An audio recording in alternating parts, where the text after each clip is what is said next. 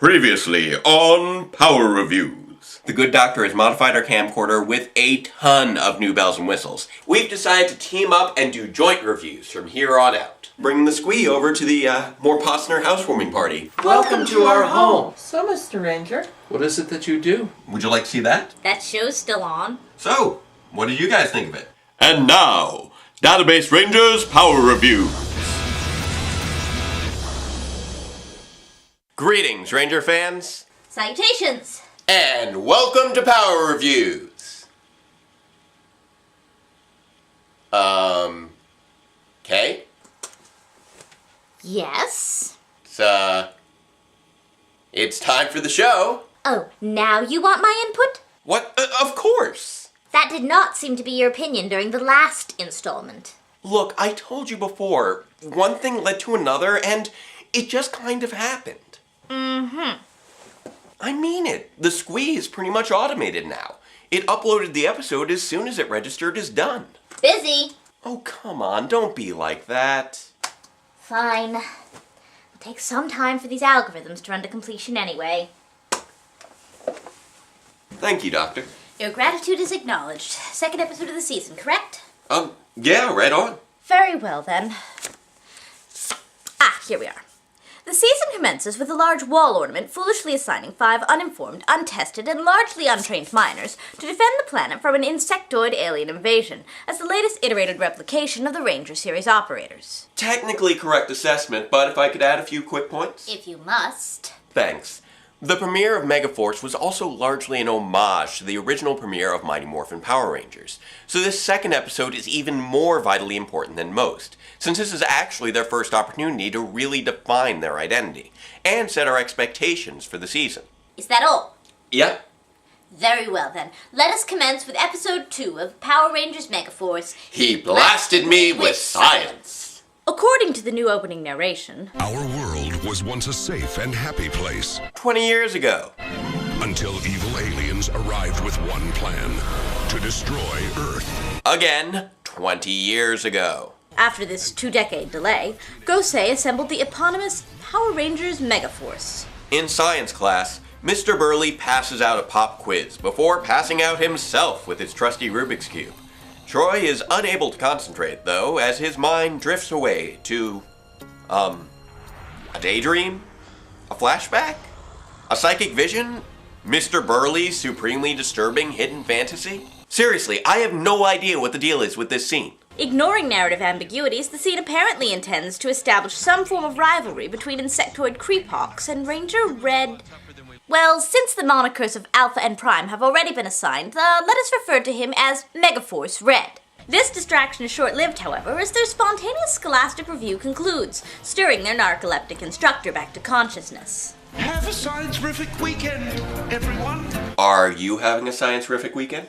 I would like to see this man's credentials. The Rangers aren't the only ones looking to broaden their minds, though, as Vrak advises Admiral Malcor to study the human race and learn their weakness. Creepbox, on the other hand, dismisses this as a waste of time. I tested one this morning and he wouldn't fight me. So apparently that previous scene was a flashback. Unless, of course, this scene took place the next day, in which case it was a flash forward.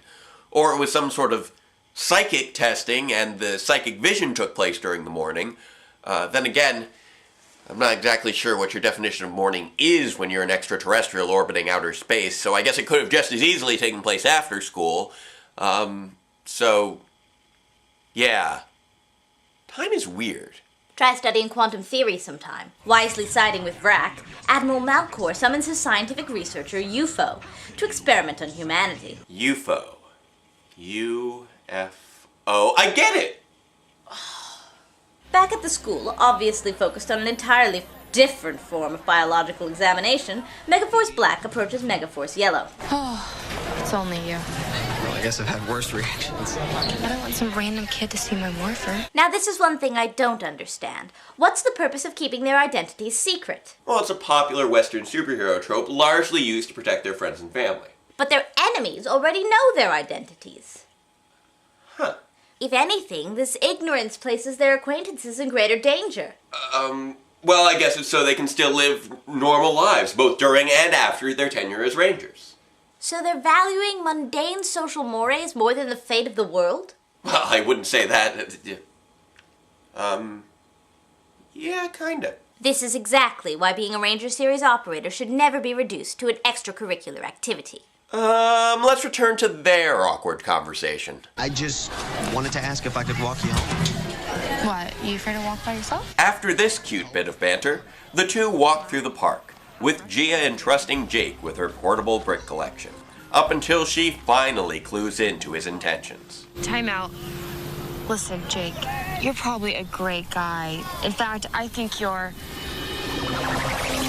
out of this world. Okay, definitely could have chosen her words better. Whoa. Yeah, seriously sending mixed signals here. Soon enough, Megaforce Black is snapped out of his hormone-addled haze and spots the invading forces. However, rather than alerting their mentor or the rest of their team, he suggests that they handle the threat themselves, either out of a desire to monopolize Megaforce Yellow's time, or to somehow demonstrate his personal virility. Both reasons are equally stupid. After duplicating himself a few more times, UFO summons the Loogies, and yes, they are called Loogies, to begin rounding up test subjects for capture and experimentation. And probably probing. Hopefully not probing. For some reason, he deposits them in a nearby shoreline, rather than an actual testing facility, leaving the subjects in direct view of Megaforce Rangers Black and Yellow. And you know what that means. It's morphin' time! Go, go, Megaforce!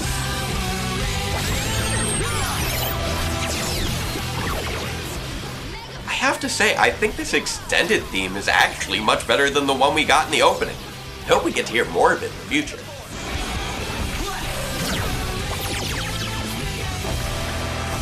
Although the two Rangers appear to hold their own for some time, it quickly becomes clear that they are both outmatched and outnumbered by their opponents. So they contact Troy, who looks like he's jogging down that same path from earlier yestertomorrow. I think that sounds right.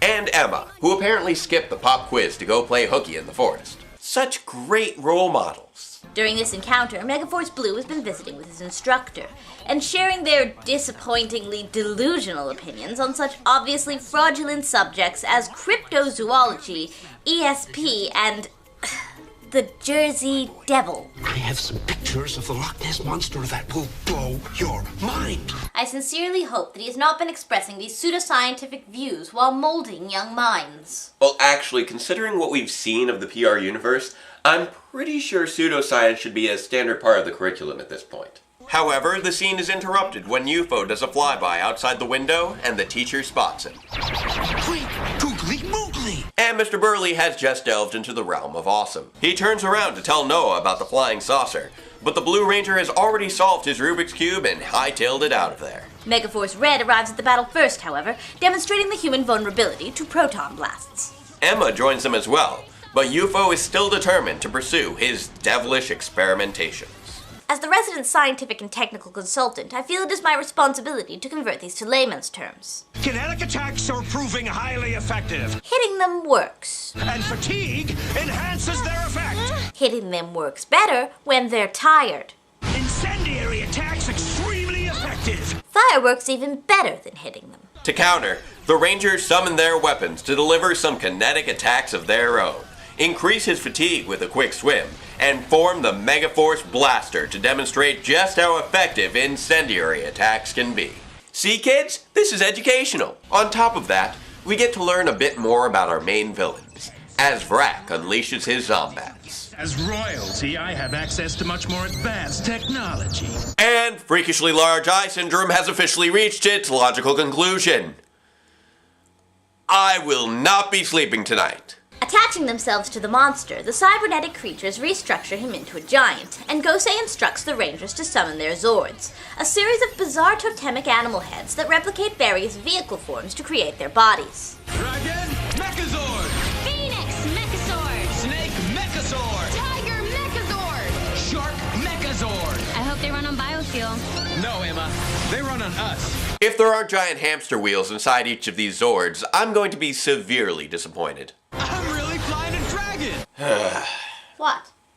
Nothing, just inevitable reference time. Yeah! And yes, I do listen to Dan's Toku rants. Yeah! They engage in an extended dogfight with UFO's multitude of duplicates, exerting their dominance over sky, sea, land, and reckless endangerment. I'm sure that was entirely necessary. When the last saucer reverts back to UFO, Gosei tells the Rangers it's time to form the Megazord, starting with Jake's snake and Gia's, Doctor, would you care to... I'm not touching this one. And thus is formed the Gosei Great Megazord. My, this mentor has a high opinion of himself. The battle resumes as the Rangers fire off their Zord heads to soften UFO up for the final blow with the Megazord's Dragon Sword. The day saved once again, the Rangers meet up on a park bench, acknowledging that, although they may each be great on their own, as a team, they're unstoppable. And that's the end of our episode. So, what did we think of it? Well, in many ways, this is a definite improvement over the premiere. It shows that the rest of the series won't just be a straight-up pastiche of Mighty Morphin, which was something of a concern after that first episode. We also got to see some nice character development on both Vrock and Mr. Burley, establishing both their roles within the series, as well as their relationships to the other characters. Which was another thing this episode got right, building up character relationships. We got to see Vrock's rivalry with Creepox, Noah's budding friendship with Mr. Burley, and Jake's continued development with Gia. Outside of, well... yeah. However, by the same token, we have very little understanding of the Rangers not focused on here. The early scene with Megaforce Red bordered on incoherency, and Megaforce Pink was completely absent before being summoned to battle, despite the fact that she had previously been shown as enrolled in the same classes as her peers. I'm not sure which causes me to question their qualifications more, Megaforce Pink's lack of personal responsibility, or Megaforce Black and Yellow's disregard for personal safety. Then again, at least Megaforce Pink's actions didn't endanger numerous hostage captives on the purpose of hormone-fueled infatuation. Fair point, although I will give them this. Unlike with Samurai, their lesson on teamwork actually tied into the plot of the episode. Yes, but it wouldn't have mattered if their mentor had bothered to inform the team of what must have been dozens of alien energy signatures. Huh. I guess Gosei has been falling asleep on the job a bit. Overall, this is a solid follow-up to the premiere, planting seeds for potential character developments while also presenting nice character moments and a clearly conveyed moral. Unfortunately, this, along with the extended Zord introduction, comes at the expense of several minor story elements, which could have been better executed. I suppose that depends on your definition of minor. Oh no! What is it? Power surge! I should have known better than to leave the algorithms running without monitoring the energy flow. Is there anything I can do? You can be quiet. Okay. While Kay figures out the power issue, you guys make sure to join us next time. We'll be taking a look at episode 3 of Power Rangers Megaforce, Going Viral. Until then... Perfect! Till then, farewell, Ranger fans, and let the power protect you. Ah!